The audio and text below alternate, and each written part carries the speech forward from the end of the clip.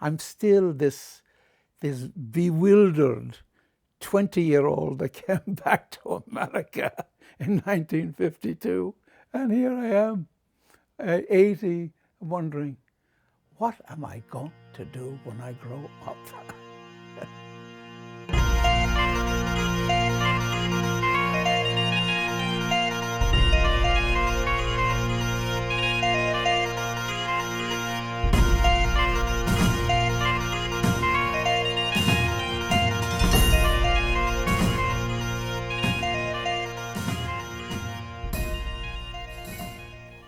I wake up every morning and think to myself, I'll get up now and make a cup of coffee. And then I go down and I make the coffee. And I drink the coffee and I read for a while until the rest of the house wakes up. About an hour and a half after I'm awake, I turn on the radio news. Invariably the news is bad, and at that point I realise, I'm Irish. Just as the United States is a country made up of immigrants, Ireland is a country made up of people who left. People think it's a history of the struggle for freedom, but if you look at every family, somebody went, 2 people went, 3 people went, and that mattered in a way much more than the effort to become an independent country. It affected people more deeply. Writers have to stake a claim to statelessness because Ireland's extremely greedy and will always claim that you are writing about it in some both social and essential way.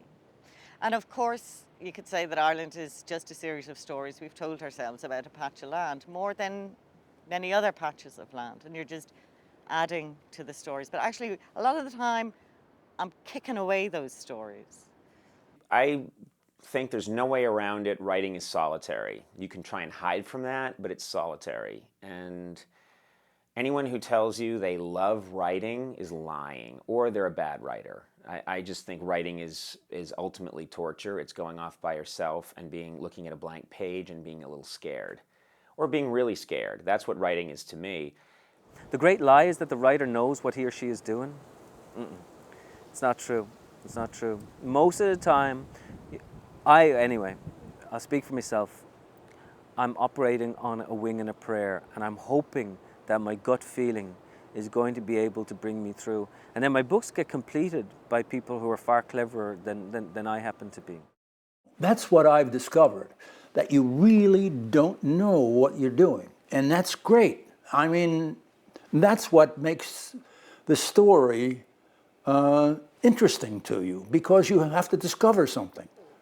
You have to discover what you don't know. And when you do, I'm not talking only about plot line or action movement or historical relationships or anything like that. I'm talking about language also. You don't know what the language is going to be. And then I realized that poetry is it's work, it's a craft. I mean, it's based on knowledge, and that in your poetry, if you're to be read by anybody, you have to perpetrate a sort of white lie. And the lie is that you are more interested in poetry than you are in yourself. And of course, you're not. We tend to believe that poetry is never about what it seems to be about. It's always about something else. And that, I think, is one of the great difficulties. We feel that we're shut out from it, that it's encoded in some sense, that it's difficult, that it's not for us.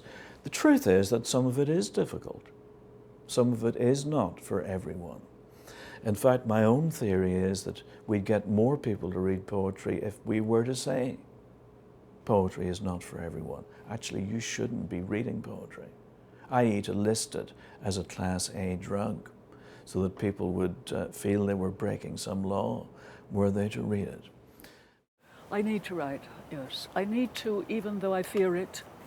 I don't fear the need, I fear the doing of it, because it makes one very, very anxious, and it's always, there's no let up. A dentist or a pastry cook can stop being a dentist when it's 7 o'clock. When you're writing, it's always with you. It's abiding in you, you know.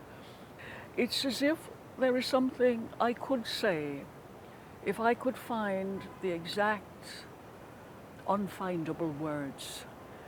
And I don't think I'm alone in that particular kind of, it's a search, but it's not a logical search. If you work on a newspaper, you learn to publish your first draft. You usually don't have 3 days or 4 days to bring it to full polish. You know, you get a call, go out to so-and-so, come back in and write it, and it's in the paper the next day. But you also know, the longer you do it, that there's stories involved in even the ones that you're working on where the truth is still elusive. And I think that's why so many newspaper men become novelists too. Oh, the fiction is the best. The fiction is the greatest thing. It's the hardest, it's the most rewarding, most satisfying, and very hard. And most of it fails. Knowing that it can fail easily only stirs you to go on more. It's good. Failure is very important to me. It is very important to me not to go from success to success. If I have that, I become bourgeois and insulated and nothing works anymore. I'm not grounded anymore. Too much money, too many people smiling at me, things go wrong. So I need to fail. I don't like to fail. It's sort of like, you know, the medicine that you don't want to take that gets you well. And there's an old song that has a title that I always think of when I have a very big failure, and that is, "Hallelujah, I'm a bum again." I do think that popularly readers are forgetting that literature is about more than its subject. That the subject is just a means to an end. It's the details that are to bring us to another place. And I think the popular focus on literature is so much what it's about that often I think we forget that really greater gift that a wonderful piece of literature gives us, and that's to forget what it's about, to forget what we are about, and to understand those things that supersede the detail. The details get us there, sure. We want to see a place, we want a good show, we want to have that, what John Gardner calls that continuous dream of living. But where that brings us is so beyond a book about a whale, you know. The world is round, but language is square. And trying to fit them together is very, very difficult indeed. It continues to be difficult. Language is always elusive. It doesn't fit reality. It's a bad fit. And the closer we push it, it's like pushing two magnets together. The more they repel each other. So it never becomes easy. If you don't want to become an artist, grow up in a really boring place and grow up safe and grow up with a very well-adjusted family around you, and you'll probably have a nice life, but you won't be terribly interesting artistically.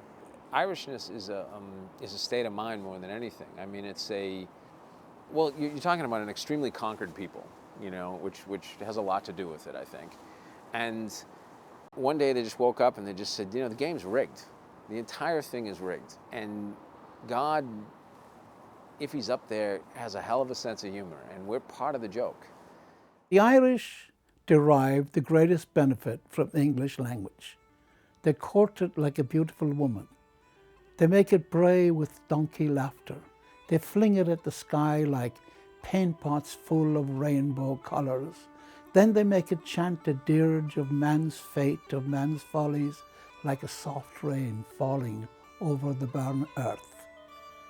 They have paid the oppressor the supreme compliment of taking his language and turning it to sorcery.